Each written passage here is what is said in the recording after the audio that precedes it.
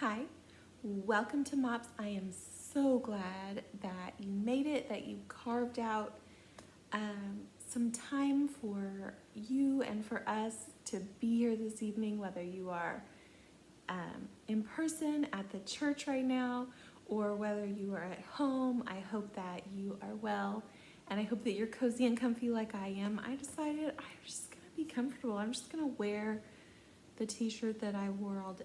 I maybe slept in this shirt last night. Maybe. I can't remember. I'm gonna have my blanket. I'm just gonna be comfortable and just enjoy being with you. And I hope that you enjoy us all being together. So welcome. We're gonna start off with our Devo tonight, and we have been having such great Devos from our wonderful mentor moms. They're so great. I hope that you've been enjoying them as much as I have. So I totally dropped the ball this week. I forgot to reach out. I think I had somebody scheduled and I forgot. My bad. So, special treat, you get me. I am not a mentor mom. I am not a theologian. I am not a minister. I am a hot mess mom. But as I start to think about the different things I could talk about to hopefully maybe encourage somebody tonight, I was like, oh Lord, what do I possibly have to say? And then my ADD self was like, I have so many things to say. So I will do my best not to flood you. But the more I thought about it and the more I thought about this meeting, I really felt like I wanted to encourage us all, you and me too, just about our own belovedness and about everyone's belovedness. So this evening we're gonna thought I heard my husband. We're gonna put together our warming kits to donate to Nightlight Tulsa, which I think is just so great. And that organization and this ministry outreach is really about honoring the dignity and belovedness of every single human child of God. And so I think that's a really great thing. And then after we're done doing that, that shouldn't take very long, we're gonna honor and value and enjoy the belovedness in ourselves and each other, and just the sweetness of that. So, also, I don't know if anybody else is feeling this way, but like with the COVID cases rising and some schools are closing down and it feels like more people we know are coming down with COVID, which can be anxiety inducing, or if you have it, you're not feeling well, and you're having to quarantine and be isolated even more than we have been the past several months. This time, like life, it feels to me like my life has gotten, like I keep hoping for things to get better and for them to calm down and for them to feel more normal, and instead things keep just getting weirder and more stressful. And I don't know how you guys are feeling. I feel like it's like I'm tired and overwhelmed and stressed and just busy, but also really lonely and feeling like my life is lacking. I'm just feeling lost. And I don't know if anybody feels that way. It does feel similar to me. And I think we talked about this at the beginning, like in the spring, it feels a little bit like that very first postpartum period. And some of you mamas may be also dealing with that right now on top of all of this. But like just that, like, I don't know what to do with myself. I don't know who I am. I'm struggling, just feeling lost. So I was feeling that way. I mean, I still feel that way. But I was feeling like that way a lot several years ago, and Julianne in our group recommended this book to me. So, and it has completely, like, really shaped the way that I approach faith and spiritual practices and just view life. I mean, I don't want to oversell it or anything. So I thought, instead of me rambling more, oh Lord, I'm already at 6 minutes. Instead of me rambling, I'm just going to read to you, hopefully not too long, read to you from this book. So it's like bedtime story, except for not, because we're going to stay awake, but just settle in and like try to, sometimes it helps me to breathe, to just like be in the moment. Whatever that is that you do to help you be in the moment, whether it's you get comfy, some people like to doodle. That was my husband. Whatever it is, to just like center yourself, and I'm going to read to you for a little while. This book is The Liturgy of the Ordinary by Tish Harrison Warren.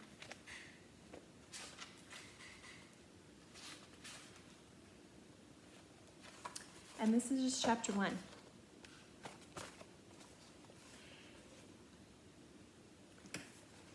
I wake slowly.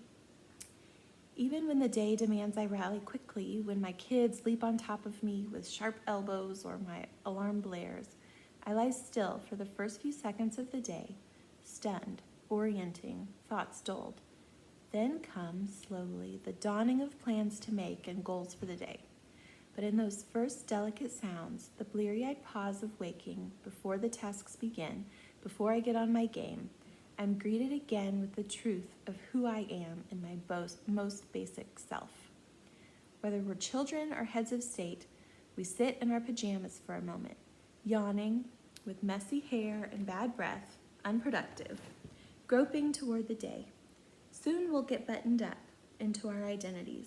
Mothers, business people, students, friends, citizens. We'll spend our day conservative or liberal, rich or poor, earnest or cynical, fun-loving or serious. But as we first emerge from sleep, we are nothing but human, unimpressive, vulnerable, newly born into the day, blinking as our pupils adjust to light and our brains emerge into consciousness.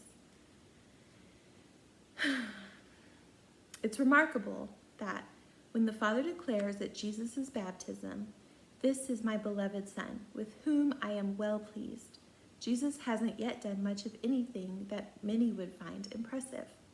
He hasn't yet healed anyone or resisted Satan in the wilderness. He hasn't yet been crucified or resurrected.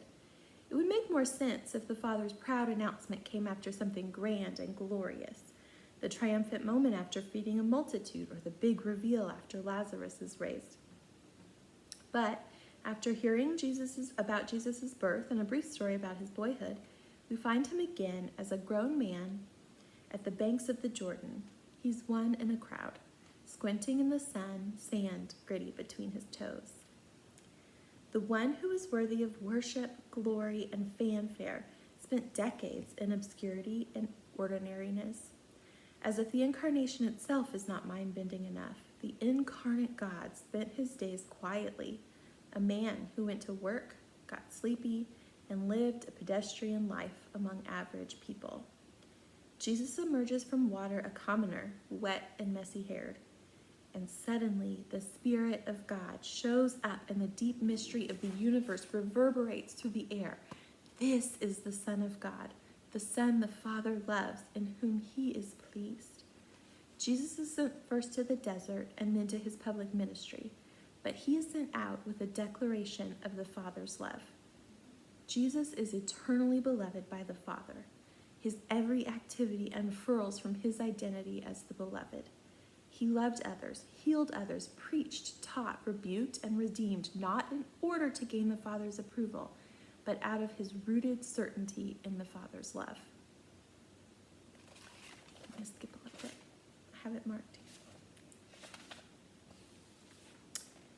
This morning, I wake slowly on an ordinary day, a cool morning in mid-March. I do not know what lies ahead, but I wake in a bed I know, in a house I live in, a routine, a particular life. The psalmist declares, "This is the day that the Lord has made, this one." We wake not to vague or general mercy from a far-off God. God, in delight and wisdom, has made, named, and blessed this average day. What I in my weakness see as another monotonous day in a string of days, God has given as a singular gift. When Jesus died for his people, he knew me by name in the particularity of this day. Christ didn't redeem my life theoretically or abstractly, the life I dreamed of living or the life I think ideally I should be living. He knew I'd be in today as it is in my home where it stands, in my relationships with their specific beauty and brokenness, in my particular sin and struggles. In The Divine Conspiracy, Dallas Willard reminds us that where, quote, transformation is actually carried out is in our real life, where we dwell with God and our neighbors. First, we must accept the circumstances we constantly find ourselves in as the place of God's kingdom and blessing. God has yet to bless anyone except where they actually are. The new life into which we are baptized is lived out in days, hours, and minutes. God is forming us into new people, and the place of formation is in the small moments of today. Alfred Hitchcock said movies are, quote, life with the dull bits cut out. Car chases and first kisses, interesting plot lines and good conversation. We don't want to watch our lead characters going on a walk, stuck in traffic, or brushing teeth, at least not for very long and not without a good soundtrack. We tend to want a Christian life with the dull bits cut out. Yet God made us to spend our days in rest, work, play, taking care of our bodies, our families, our neighborhoods, our homes. What if all these boring parts matter to God? What if days passed in ways that feel small and insignificant to us, but are weighty with meaning and part of the abundant life that God has for us? Christ's ordinary years are part of our redemption story. Because of the incarnation and those long, unrecorded years in Jesus' life, our small, normal lives matter. If Christ was a carpenter, all of us who are in Christ find that our work is sanctified and made holy. If Christ spent time in obscurity, then there is infinite worth found in obscurity. If Christ spent most of his life in quotidian ways, then all of life is brought under his lordship. There is no task too small or too routine to reflect God's glory and worth. And every new day, this is the turn my heart must make. I'm living this life, the life in front of me. This one where marriages struggle. This one where we aren't living as we thought we might or we hoped we would. This one where we are weary. We want to make a difference, but we aren't sure where to start. We have to get dinner on the table and the kids' teeth brushed. Where we have back pain and boring weeks, where our lives look small, where we doubt, where we wrestle with meaninglessness, where we worry about those who love, where we struggle to meet our neighbors and love those closest to us, where we grieve, where we wait. And on this particular day, Jesus knows me and declares me his own. On this day, he is redeeming the world, advancing his kingdom, calling us to repent and grow, teaching his church to worship, drawing near to us, and making a people all his own.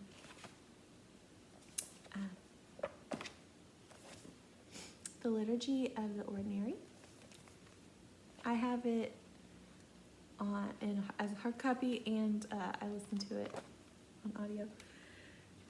It's so funny. I had started reading this book again, and then I'm taking a class with Sanctuary, a confirmation class, and the pastor that leads it, Father Paul, he always is talking about this theologian Rowan Williams. So I was like, okay, I'm going to read this book that he recommended by this author. But then I got sidetracked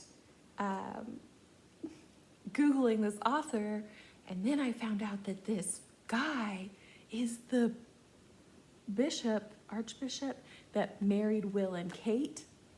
Like, was at the royal wedding, like, married them. And so then I got sidetracked even more, like looking at Will and Kate's wedding photos, and then watching the Lifetime movie about Will and Kate, and then watching the Lifetime movie about Harry and Meghan. Anyway, haven't gotten back to that, but this is great. A few announcements. So tonight we're doing the warming kits and and then we're gonna play games with each other and try to practice appreciating the people we have in our life right now, in the ways that we have them in our lives, and the things that we have. We're gonna appreciate the people that we have right now in our life as it is. Playing games, board games, or house party. You may have seen, this is very exciting, you may have seen Rachel Aguilo's post on our social page. We are gonna have a Mom's Night Out, virtual Mom's Night Out cookie decorating class. If you guys have not seen, she did this for us a year or two ago, and it's amazing. She's amazing at this. You are not gonna wanna miss out on learning how to make these Bomb.com Christmas cookies. All of the moms are gonna be so impressed with your cookies. So, does anybody else have a PTAG president that you feel inadequate around? That's another story for another day. You definitely are gonna wanna jump in. So it's $25 for the class, and you'll get 3 cookies and icings, and then the class to learn how to do it all. So be looking for it. So it will be helpful if you would respond to the survey online, because we're trying to figure out how many people to tell her about that we have, and how many cookies to bake and stuff like that.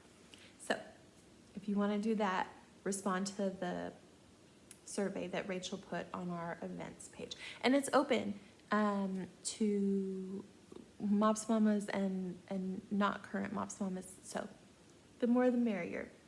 Yay. I'm trying to think what else announcements we have. Next meeting, so exciting, is our Christmas craft. Woo, woo, woo, woo, woo. Devin and Lauren have been working away on this, and I know they're excited, and I cannot wait to do this with you guys because it's gonna be so fun. Okay, I think that's about it. If you didn't sign up for an Advent kit and you want to, that's also on our events page. Go ahead and do that. Our children's pastor, Shelby Swanson, is putting those together. Can't think of anything else. Okay, so if you're virtual, now is the time when you will spend some time praying for these folks that are homeless, and also for the people who are serving them. I know when I'm praying with my kids, when we see somebody who seems to be homeless, or a wreck, or somebody hurt, we always pray that Jesus would be near those people that are hurting, and also would be with the helpers and give them strength and wisdom. Spend some time praying and writing some encouraging notes. And the in-person folks, we are going to put the kids together and then spend some time connecting, relaxing, recharging with your sisters.